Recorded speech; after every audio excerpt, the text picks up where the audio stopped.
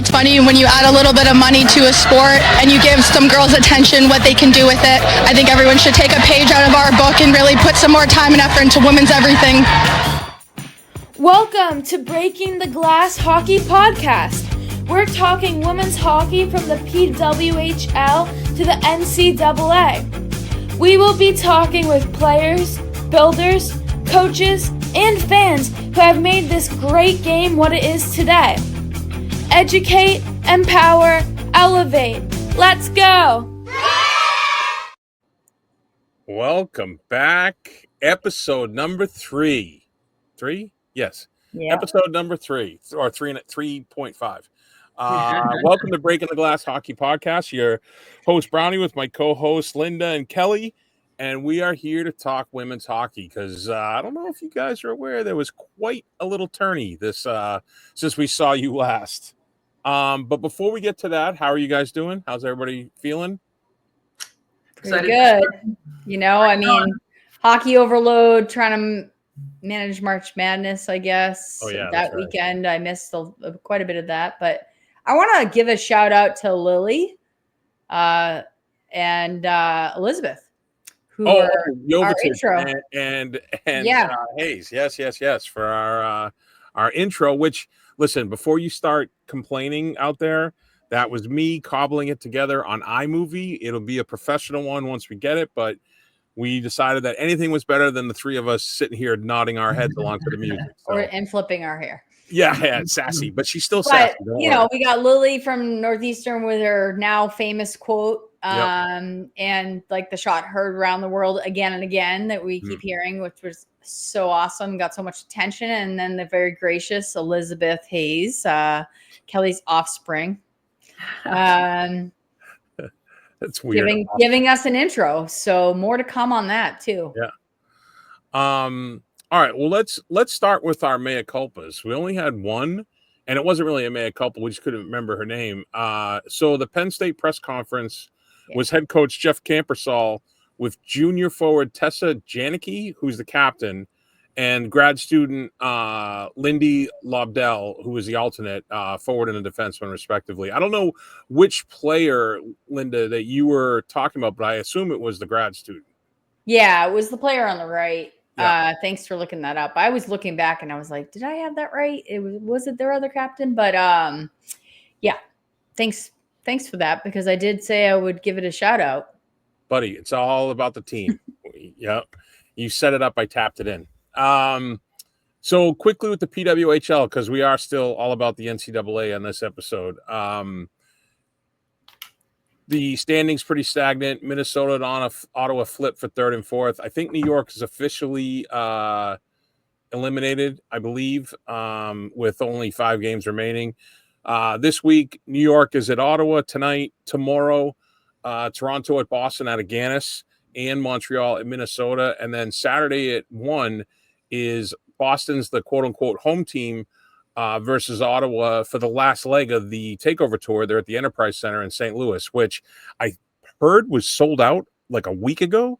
And they did like a dump release. So we'll see what happens there. And then Sunday, Toronto at Minnesota. But it's getting like dialed in time. This is what I love about having such few games, is that the whole season's almost like a sprint to the playoffs. Mm-hmm.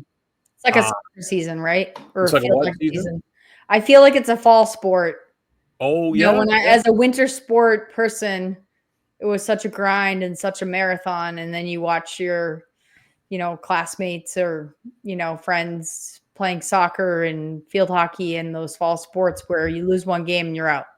Yeah. You've dropped so far in the standings, or so much on the line when it's like a 2-month season in fall sports and college too. Yeah, and that's what I think happens in New York. Unfortunately, they had a string there. We talked about that an episode or 2 ago. They had like 9 straight losses, and I think that torpedoed them for this year. It's sort of like a goals against average, right? You have a couple bad games, and it impacts the numbers significantly. I will say though, and there's a few other PWHL notes I want to get to, but I will say, I think Kelly in our little group chat, I think you said it. Watching the NCAA tournament, the Frozen Four, I think you were like, how is the PWHL not going to expand? Was that you that said something like that? The amount of just talent. the depth of talent. Yeah. Yeah, it was just incredible. I'm like, my gosh, that player, like each time, and it was somebody different, and it was so impressive. Yeah, Like, where are and these that players announcement's all gonna coming. go? Yeah, exactly. And there's something with visas for overseas players overseas players where I think they get 3 years on their initial visa, and a lot of them it's expiring. Us So going to European leagues? yeah, Yes, it's 3 years. Yeah. so like Sylvie just got sent back after 3 years. so From like the Skylar Fontaine from Northeastern, I know that she's eyeing a return. And I Okay. saw it somewhere online. She's maybe it was the Hockey News was tabbing her as one of the, hey, don't forget about her because she's been playing in the Swiss League. So that's another whole influx that, Yeah. I'm hoping there's 2 more, but we'll see. And then some PWHL things. Speaking of New York, Abby Rock hit the first Michigan-style goal in the PWHL history. Unfortunately, they lost. Well, I guess good for Gwyneth. She scored it on Gwyneth, who will always be remembered there. But they lost to the Charge. And apparently, Rock hits that in practice pretty consistently. And she said after the game that her goalies in practice don't care for it. Anyone ever try that on you, Kelly, when you played, or that wasn't a thing then? It was a little bit. Somebody had gone over the net.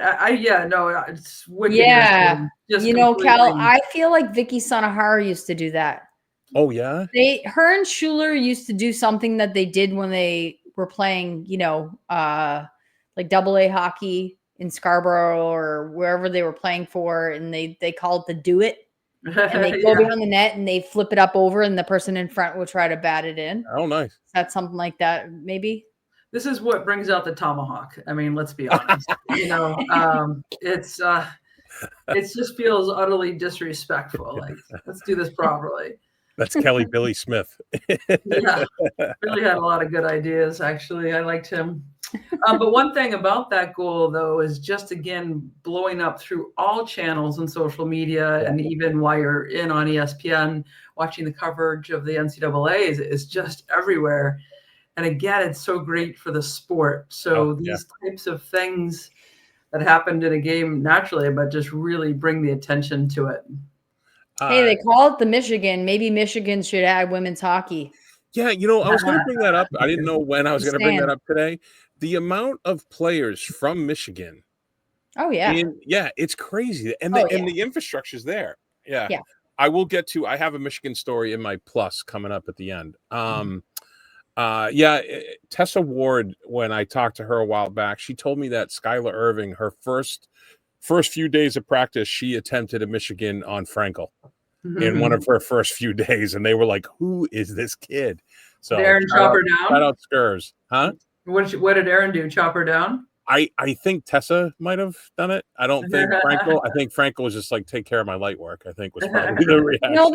That like the old school version of that is the unskilled, maybe me doing it, coming in and hitting the goalie's shaft, like coming down, and you shoot, you hit the goalie's shaft, it goes right through their legs, their stick comes up. That was my move. That was my move. They call that the sassy. Yeah. And then the PWHL also announced that they'll be celebrating Pride with Unity game activations. Per the statement, each game will celebrate the LGBTQ plus community through special programming, in-game tributes, and partnership with local and national LGBTQ plus organizations. These games will feature artwork by Eli, an Ontario-based queer and transgender creative whose work is deeply rooted in themes of identity, resilience, and self-expression. I will say, I don't know if you guys have seen some of the artwork. It's really, really sharp. It's really nice. Yeah. So good on them for supporting, especially when so many NHL teams are cowering from it. So well, I like the tape. It's got a good pop visually, makes a statement, easily obtainable by everyone. Yep. You put it on. I mean, it's not like having your goal pads changed in colors, right? So it's something to show support for everyone. So I really like that aspect of it.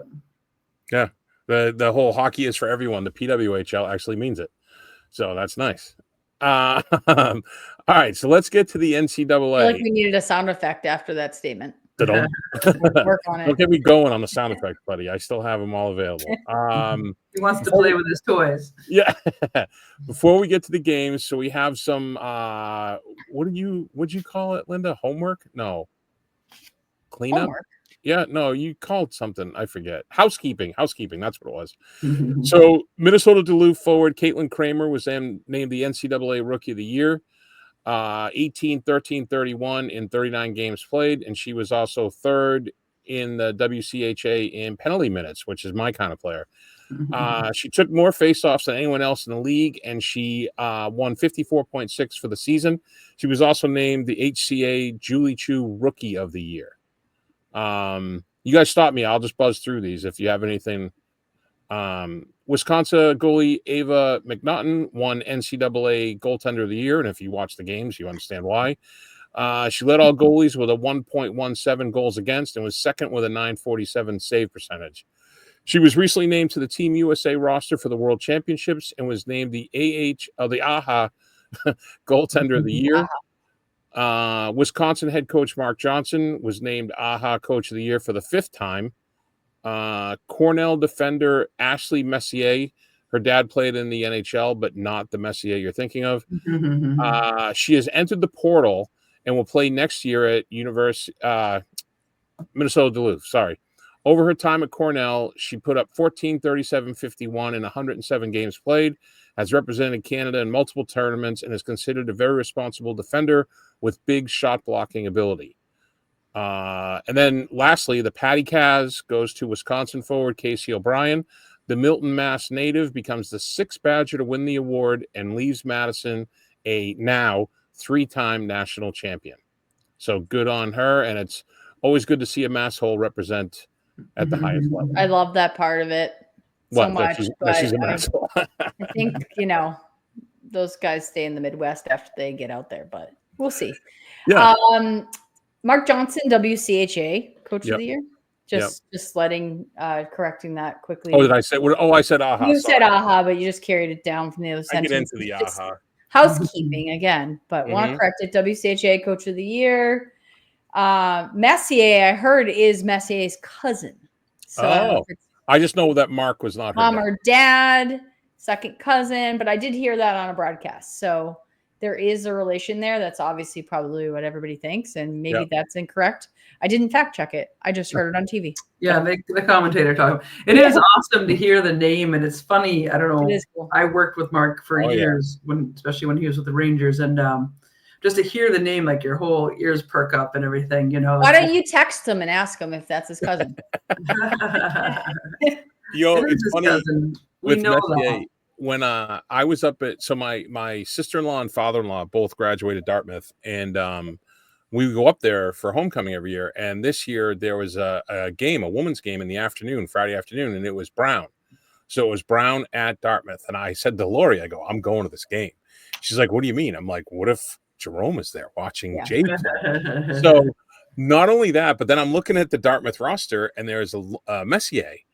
And she goes, that's not Mark Messier's daughter. I go, if it is, and they're both there, I go, you might not see me the rest of the weekend if I get my way.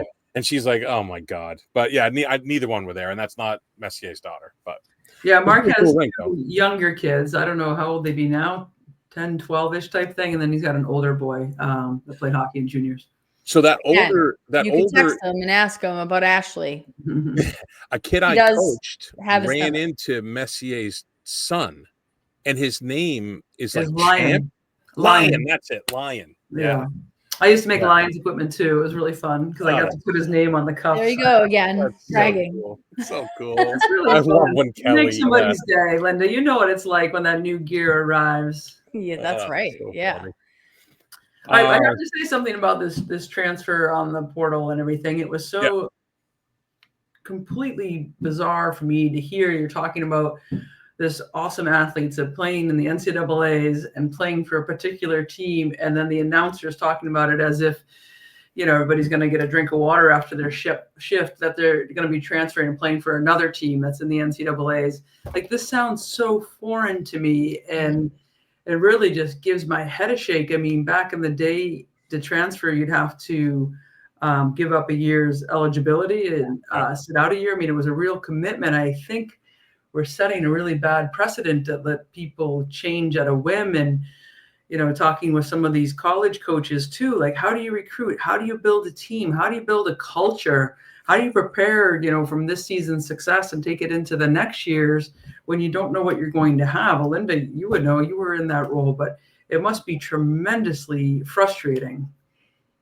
Well, I mean, I guess from the perspective of planning, I've had this conversation, and I remember being at Northeastern and seeing some of the male athletes come through in that realm, seeing them leave after 1 or 2 years or 3 years when they had a breakout year, or just stay 4 years, and maybe they're a draft pick, but they decide to stay. But, that's for the elite players, that's always on their mind, right? And I'm not saying this is the same thing at all. All I'm saying is that I just said, how do you plan your recruiting classes and know what you do and don't have when people are committing 4 years in advance? And the answer I got was, again, not the same situation, but the planning purposes, like, that's a good problem to have. Yeah. If you've got players that are that good, that, that recruiting planning, and I'm not saying women's hockey is completely turned this way, but kind of, in the way that you can just, I think one thing I will say about the transfer portal, whether it's, I don't know, car shopping, I don't know what you liken it to. It's absolutely crazy. And I'm personally glad I'm not doing it anymore for that reason. One of those reasons. It creates transparency. You got to enter the portal. Your coaches know, everybody gets, to discuss it, to put yourself out there, kind of create some accountability around. If you want to leave, then you tell everyone and you shop around.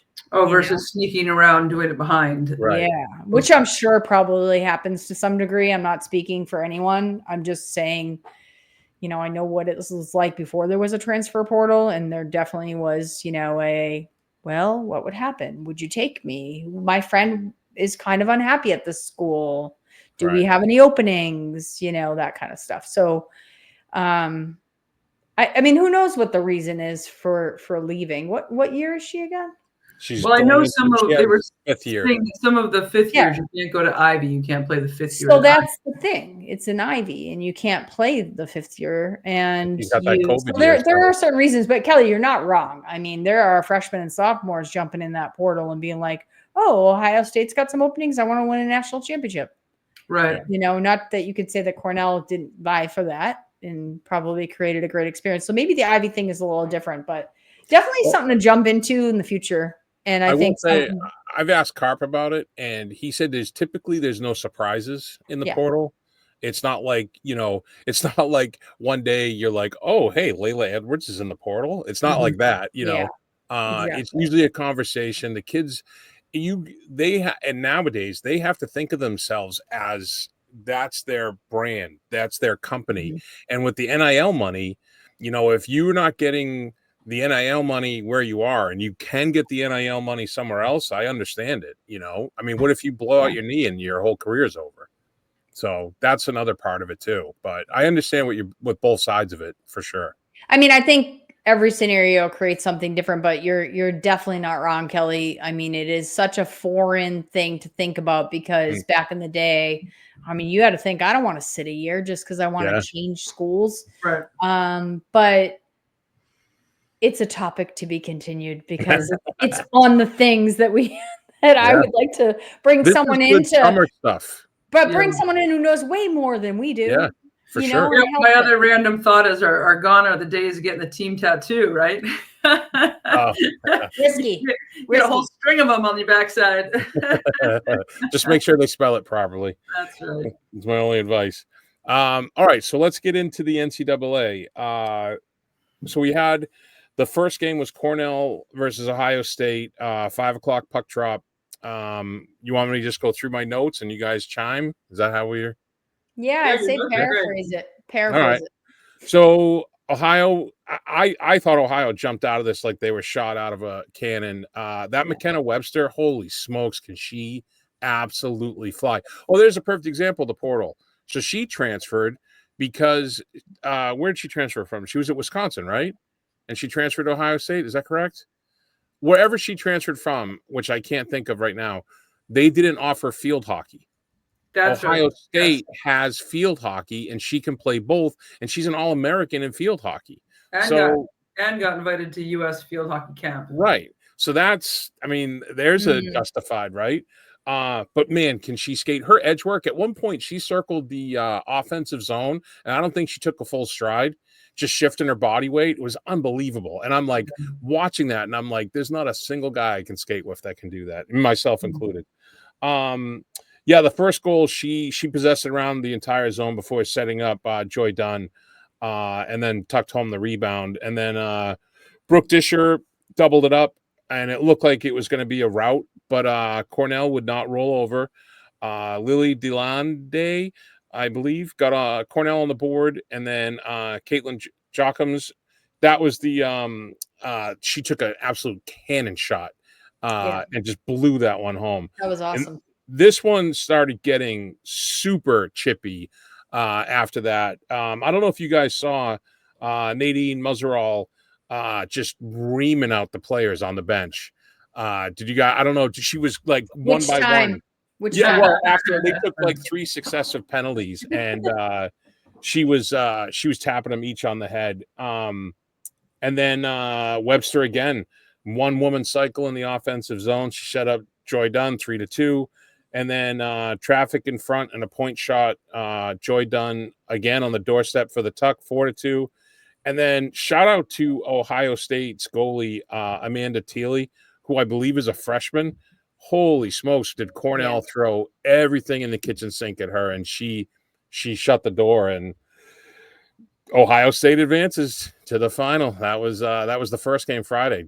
I assume you guys both, I think you both watched. We were texting, right? During that? Yep. Watched it. Keep with getting one eye the on your passes, basketball. keep getting the passes at home. Yeah. So it's been working out. Yeah. I mean, everything you said. Joy Dunn was dominant. Yeah. She's amazing. She's just end-to-end amazing. goal, like just craziness, like just so super talented and impressive. And I was jumping up and down when Cornell scored that Jochum goal because I was like, this is a game. Let's go. Yeah. Kelly, what do you think about Thiele? Yeah, it's pretty impressive. I was thinking this wasn't the sophomore versus sophomore game.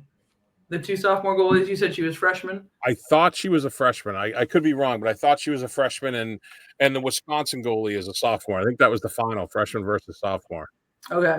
Yeah, I mean, I'm just impressed to see the poise and control, and like they looked mature beyond their years playing. Right? It's just so confident and so solid. It was really impressive. I just think of what I was up to at 18, and I'm watching these players. I'm like, oh my God. I'm just telling you, I'm trying to look on the Ohio site to look at their roster and see their years, and it's not working. So come on, Ohio, do better. All right. Then the second game, which was at 8:30, Minnesota and Wisconsin. So this game started off with Abby Murphy reintroducing herself to Caroline Harvey. And I have the clip here. Hold on.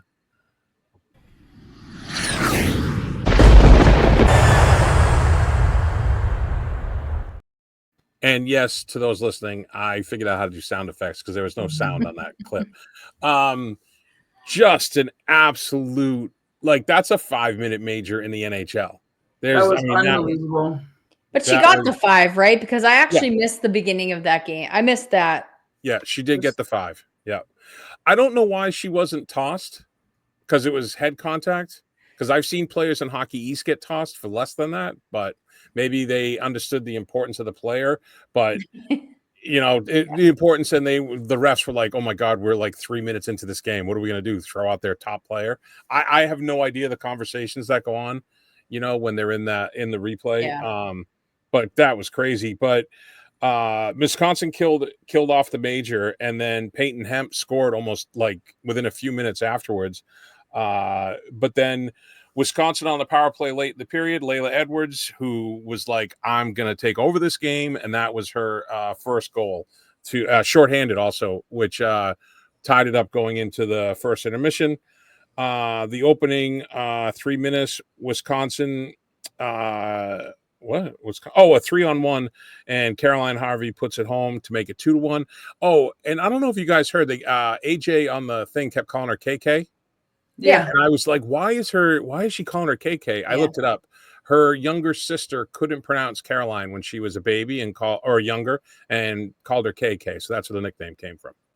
And then one of the UConn basketball players is KK. Oh, really? Same reason? Probably. Must be. Well, possibly. I didn't research it, but it's very, again, when you talk about sort of creating a brand for yourself, this whole nickname thing can really stick and really separate you. Just like you click, like, maybe somebody who's not even a huge fan picks that up and now that's their favorite player. Yep. It's pretty smart. It's very clever. I know. I don't even know her, and I called her KK on our last podcast, and I thought, did you? Should I have said that? But everybody calls her that. All right, Brownie, we're gonna school you on the WCHA sometime because the goalie at Ohio is a grad student. Holy smokes! So Teely is? Yep, she's a grad student, and we don't have to know it all on this podcast. We just all you did was save a mea culpa. But I'm gonna show the parity in my heart and not make this East Coast heavy, Northeastern heavy, and I'm gonna continue to share WCHA any hockey whatsoever. Yeah, that was good. I apologize to Amanda Teely, and we will see you in the PWHL based on your play. So, all right. So just before midway, another odd man rush. Yeah, I don't know what happened with Minnesota. It was like late in the period of the first period, they just started giving up. Wisconsin was able to hit those long cross ice passes, and Minnesota was just giving up odd man. And a little foreshadowing for you: Kirsten Sims makes it 3-1, heading into the almost at the intermission. And then 45 seconds later, Josephine Bouvang gets one back from Minnesota. So it was like, I was literally jumping off the couch. I was like, this game is bonkers at that point. And then 2 seconds to play, Casey O'Brien puts Wisconsin back up by 4-2. So this part, I don't have a clip of this, but this whole sequence with Casey O'Brien, I want to get into a little bit because Abby Murphy got boarded, which was only called a minor, which in my opinion should have been a major.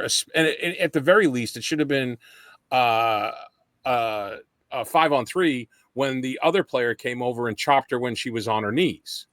And I'm like, how did the refs miss that? And then after that was Carolyn Harvey gets called for a body check with 1914. And then Chloe Primerano gets called for the softest interference that I saw all weekend. Was like a complete makeup, in my opinion. And then during a 4-on-4 play, Minnesota player was pushed into the back of the net with no call. Wisconsin goes down the other end and scores. I mean, I get on the refs, but you don't want the refs over calling, but you also don't want them with their whistles jammed in their pocket because it affects the game either way. And I'm not saying Minnesota. The more they blow the whistle, the more it becomes part of them. I listen. I've never wanted to be a ref ever. Right. I don't know. It's a tough job. I understand thought about it, but I don't know. The sheer intensity and the blood that they had out for each other in that game. I don't know how you mitigate that. Do you guys think the slight rule change on body checking in the PWHL has influenced the NCAA play? Allowing. Yeah. I mean, it looks like it. Yeah, it'd be an interesting conversation to have on the side to know. It looked like it was sort of a unspoken new rule. Yeah. I've asked every coach since the PWHL has come into existence. I've asked every coach that I've had the chance to talk to and anyone involved with college. Anybody listen to you, Brownie? What's that? Yeah, right. Which is clearly not going to be Teely, but or the Ohio State coach. But I've asked them about the PWHL influence, and they said, yeah, there is. That they can see it. And I had a longer conversation with Carp about it. If it would start to affect recruiting, if they really loosen up the the body contact, it'll start to affect how they recruit players as well. So it's something to watch out for. I mean, I don't know. It's a really like fine line that they're walking in the NCAA, because they're letting some but not all, and then where do you start? And then every ref's going to be different, every crew is going to be different, so it's hard. Yeah, and that's always been the case, but it's even more dramatic now. Like, you got to take that time and figure it out, see what's going to be let go, and Right. what's going to be possible on that given game. That's why it's so much easier being a goalie. Really, you got one job: you stop the puck. And who's in recess now? Yeah. That does take a little bit of focus, but yes. And then in the opening 5 minutes of the third, Layla Edwards and Kelly Gorbatenko came down 2-on-1. Wisconsin was up 5-2. Minnesota pulls the goalie late, and Layla Edwards with the empty netter for the hat trick. And man, she is just an absolute weapon. She's so long, and her stride is so graceful. I mean, the body control, I'm like, good Lord. She's smart, such a dude. dynamic She's player. got such a heads up in what she sees. Yeah. I mean, obviously, since on the U.S. team, she's on defense playing the quarterback position. Right. But yeah, she's a remarkable player. Yeah, that was something. Great games. I mean, that's pretty much everything you'd want out of a Frozen Four, those two games. And I know Coach Johnson was not happy with the late puck drop for the number 1 seed, but when you have that kind of history with Minnesota, Wisconsin, that's got to be the primetime game. I mean, that was phenomenal. And just the bad blood. I mean, that's what sells hockey, that kind of strife. Linda, you had the U, right? Yeah, I want to just cover and without expanding too much upon. So, U Sports is the national governing body for the universities and the athletics in Canada. And I was noticing and paying attention to their championships that had happened as well over the last, I'd say, I don't know, week or so. So they have 8 teams that come out of their respective regional conferences. I don't want to overspeak about any of it because I don't understand it yet, but I'm following and Are you going to let me just? I'm catching up. Yeah. And yeah, so they start with the quarterfinal. They go into the semis. UBC and Bishops makes it into the first, what looks like semis. They go into overtime. And then University of New Brunswick and Toronto, which is Vicky's team, Vicky Sanahara is the head coach there at Toronto. Toronto wins 2-0. Hope I'm getting this right. Oh yeah, then they play a couple consolations, which is kind of cool. So they play through their standings, and I don't know. They have so many teams and so many leagues that regionally that I don't know if there are implications in how they seed later on. I'm going to learn about it, but there's a couple consolations. Oh, the semifinals, I apologize, were Concordia, Waterloo, and then Bishops and Toronto. Bishops edged out Toronto, which I have to think Toronto was a heavy favorite. I think they might have won last year. And then the finals, congratulations to Bishops. I think they're the Gators, Gaiters. Like the Boots Gators. Yeah, Bishops Gators. They won the U Sports Championship in women's hockey 3-0 against Waterloo. So pretty cool. So congratulations to them, and we'll continue to follow and learn about those athletes and cover them when we can. And the coaches. That's it. That's what we said originally, the mission statement. If there's women's hockey, we're going to have eyes, ears, and hopefully boots on the ground at some point. I would love to go up to Canada for this. That'd be great. I love Canada. Yeah, I'm sure it was so good. So, all right, then Sunday afternoon, the national championship, Ohio State versus Wisconsin. Ohio State's 4th straight appearance, Wisconsin's 5th appearance in the last 6, 3rd consecutive, and the 3rd straight matchup between these two schools. 8 state titles, 8 national titles for Wisconsin, 2 for Ohio State. We talked about how Wisconsin was not happy with the late game and then all the Patty Kaz stuff on Saturday. I don't know if they kind of glossed over this. I thought Ohio only plays 3 lines of forwards with a spare and 4 sets of D. And they alluded to their Navy SEAL trainer and their cardio. Do you guys know anything about this, or have you ever seen that short of a forward bench at this level? I did not hear that. I wouldn't doubt it, but I mean, Hey, it works, right? I thought it was interesting. Well, they said they're at high intensity at all times under the Yeah. Navy SEAL principles, which I thought was pretty interesting and really run almost like military as far as hydration checks and weight checks and all of these types of things. So, I mean, it works for them. They said they practice at high speed, play at high speed. Everything is high speed all the time. Yeah, that coach is intense, right? She's chewing that caffeine gum. She is she's intense. All right, we'll just buzz through this because everybody watched this. I like what you just said. Everybody watches women's sports. Oh, yeah. that's right. Joy Dunn got Ohio on the board first when she went coast to coast shorthanded. It was her first career shorthanded goal.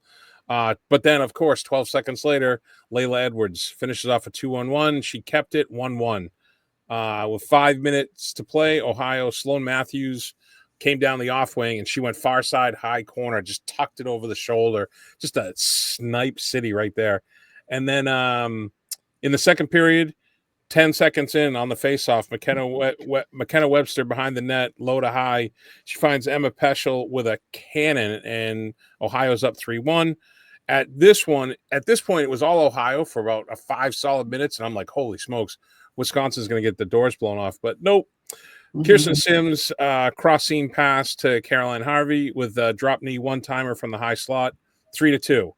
So then we're into the third, and all they talked about was Casey O'Brien was held without a shot on goal going into the third. And then it was like 9-minute mark. And I was watching this behind the scenes. I recorded this because I had a skate, and they were like, I was like, no spoilers in our chat. And I was watching this by myself at like 11:30. My wife came downstairs. It was like, stop yelling. And I was like, sorry. So with less than 2 minutes to play, Wisconsin was on the power play. And at the 19-second mark of the period, Ohio Maddie Wheeler was called on a review for interference in the crease where she put her hand on top of the puck and slid it as opposed to punching it. If she had punched it wide. I mean, she was on top of it. She took it, grabbed it. She put it under her body, and then she said, "Oh shit!" Yeah, exactly. And she scooped it right out. I hate that for her because she played a really solid. I mean, I was FaceTiming with Shelly Looney. She had back surgery, and Jeanine Sobek, who's one of my old teammates, came out from Minnesota to hang out with her. And she's recovering. Yeah. So we were FaceTiming, and we were just yelling in the phone, and I was like, it's so, and they were like, yeah, that's gotta be. I mean, kudos on the refs for making a really hard call. Yeah. That was a game changer. Yeah. I was worried that they weren't going to make the call, that it was going to be too pivotal. Yep. It was so black and white. From everything I can see, and hopefully what they saw, because we saw the overhead, it was just in the moment, and it was I believe it was fully a penalty shot. So yeah, no, I agree. And then this part. So Wisconsin head coach Mark Johnson, they showed him on the bench with the players around him. He goes, "Who wants it? Who wants it?" And Sims raised her hand immediately. I'm going to give this T-shirt idea away for free. All I ask is that I get one. Wisconsin, if you don't capitalize on a silhouette of Sims with her hand up, and it says "Who wants it" in big letters, and on the back it says Wisconsin Women's Hockey National Champion. I mean, that's it. Right. You would sell those out on campus. I will. Well, you could say "Who wants it," and they have the W. Yeah, you could do that for the even better. Yeah. Yeah, because we're designers here. It was just like that was so cool when she raised her hand. I really did, and I wondered like how many players were like, "I'm not making eye contact." Well, she said she felt the whole team looking at her. She said everybody was looking to me, and like in practice, right? Who just loves this and thrives on it and rises. Yeah. And I think she must have had that signature move that they must have known. Well, in her back pocket. Here it is, because I figured out how to do this.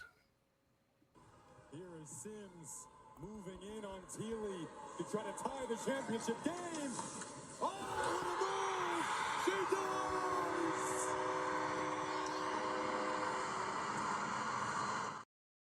I mean, come on. That's like, Kelly, that's unfair. Yeah. I hate those slow motion breakaways. Penalty shots. It's right up there with the Michigan.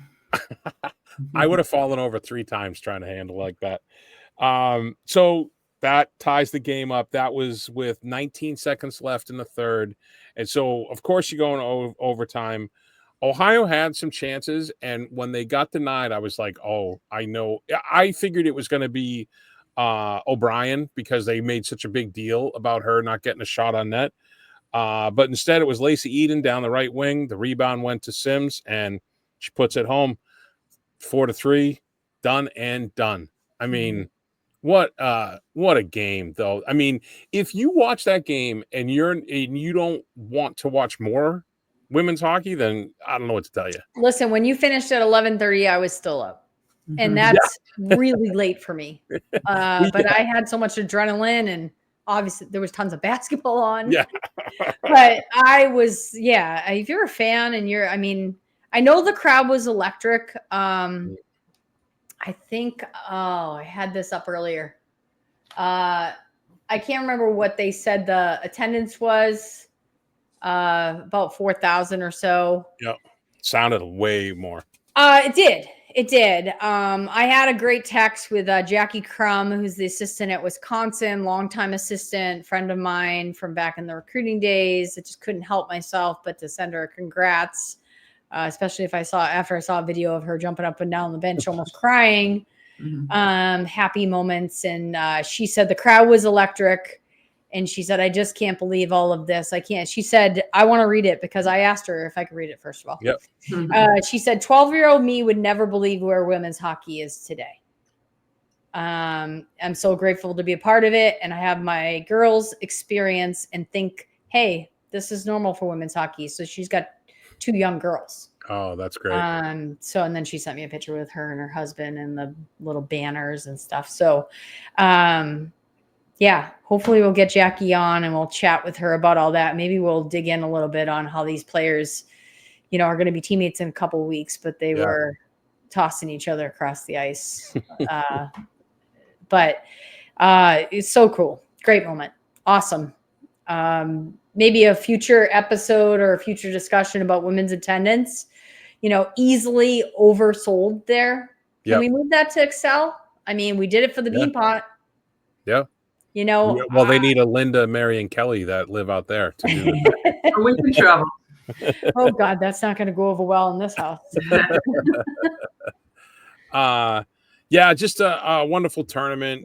Great games. The skill on display, the tenacity, the angst between them, the everything. It was. I mean, it's everything you could want. I honestly, for all you guys that watch, guys I play with, that are like, "What do you watch girls hockey for?" Well, I'll tell you what, watch that, and you'll know why.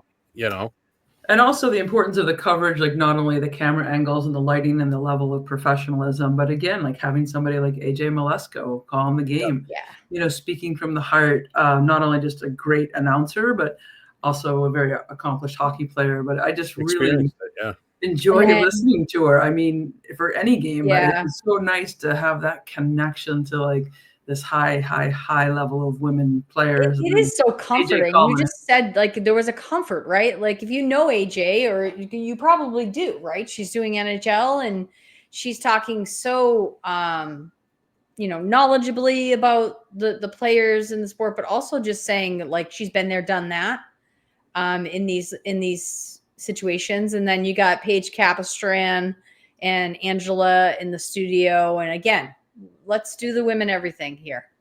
Yeah, they did a real nice job. Yeah. I'm trying to find the name of the woman who was between the boards. She's the King Scout. I've talked about her before. Blake. Yeah. He was great. She was amazing. Great. Yeah. And I liked how the camera stayed on her when the mic cut briefly, and she was telling him, she's like, "Oh no, you did a good job," to every player that she talked to. It's good though to get that reassurance. She was really good. Hey, strong, beautiful, confident women doing the job and doing it well. That's what we can ask for role modeling for our kids. So they're going to have a whole new experience of expectations when they grow up doing whatever they want to do. 100%.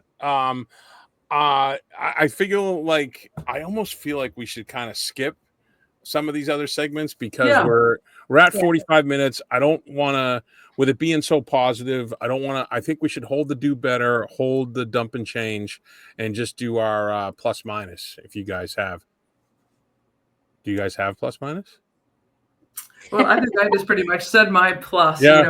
Again, is this overall product, right? When that's what we're looking at, because that's what drives future fans, which drives sales and attendance and merchandise and season tickets and even single game tickets,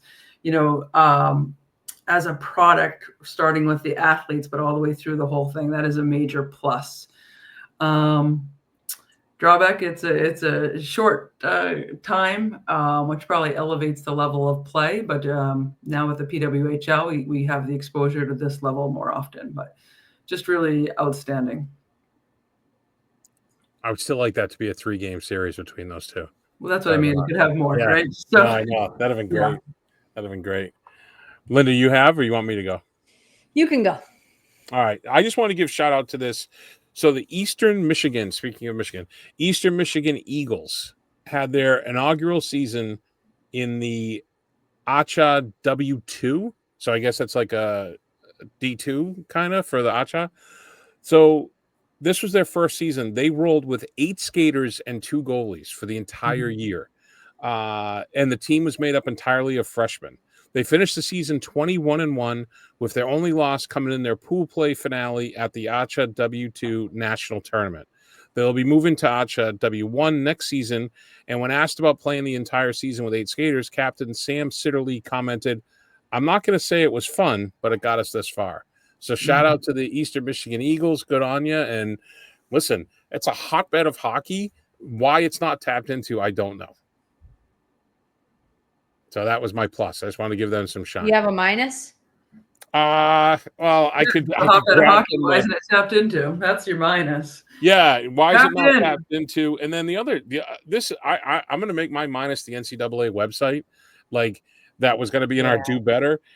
It's the website's so clunky, and the women give box scores to all the as you progress. You shouldn't be able. I should be able to go to the bracket and see full box scores and summations for each game. Don't link me to an article that doesn't talk about the game I'm trying to research. It's frustrating. Yes. So that's all. That's mine. Linda, no, you don't have to. I'm not going to get so deep with it. My plus is that I'm looking at in my closets for hockey gear because I'm getting excited about our podcast. So I found this sweatshirt that I really love from a camp or something. I will point out, Linda, that red looks great on you. Thanks. But the minus might be that it doesn't fit as well as it used to. But that's just a call out to anybody watching this. If you want me to rep your gear on the podcast, send a DM. I'll give you my address. I'll wear anything. I mean, not anything, but any school. NIL. Yeah, it does not fit like it used to back in the day, but it was fun to be like, let me find something. Oh, look at this. So, yeah. My little cousin reached out to me to sponsor his team down in New Jersey, and we're going down there in a few weeks. And I'm like, if I'm sponsoring, you understand what tit for tat means, right? Yeah. Mm-hmm. And he's like, I have to have something for you. I go, yes, you have to have something. So you probably see me with a new baseball hat when we come back from that trip. I want to rep it. I'm telling you, use sports. Like I'm gonna hit Vicky up after this and get some UFT stuff. Or remember, you should get 3 of everything, so we share. That's how it works. So yeah, that's it. We just under 50 minutes. We're trying to tighten it up. We're getting there. It's only our 3rd episode, so pretty good. So we're gonna hopefully have these out to you every Wednesday, unless something unforeseen comes up. So it's a nice middle of the week Wednesday to listen to us to get you through the hump day and slide into the weekend on the backside. So for me, I'm just going to say, Jade Ginla, hope you have a good day tomorrow. Bye for now. Great day to play. That's it. We'll see you next time. Thanks for listening. And remember, Like, subscribe, share.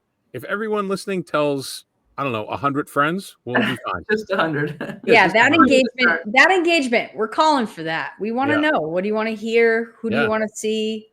What Exactly. should we be covering? What should Linda wear?